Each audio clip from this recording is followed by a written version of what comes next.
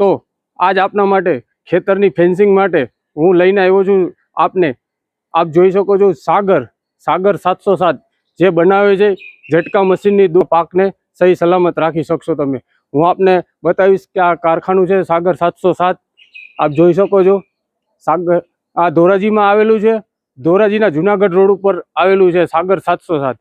અને આપણે આ જે કારખાનું છે એની ખેતરમાં આ જનાવરોને આવતે કેમ રોકી શકાય એના ઓનર સાથે પણ આપણે વાત